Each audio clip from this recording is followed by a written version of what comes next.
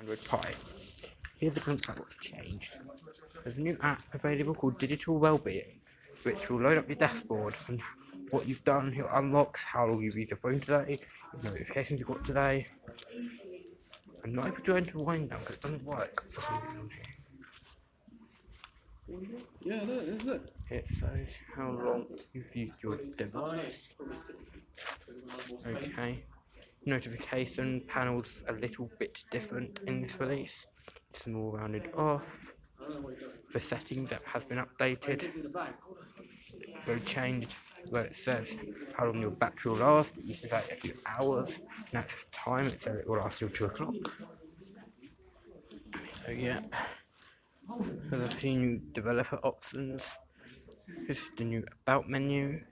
Just so I'm on Android Pie, I'm going to press the screensaver thing to activate. Just so you know, I'm not faking it, I'm on Pie for whatever reason. Don't know why I'd fake it anyway, but you might think I'm faking it. This is our new multitasking UI. I can just, like on iOS, swipe up to do it, and I can swipe up from here to bring up my apps list. Okay, I'm going to now go back into my settings quickly, because I would say off some developer settings as well. I'm going to do a proper deep dive after I've had this update on this phone for a few days. But at the moment, this is just a brief glimpse of what's changed in Pi. Okay.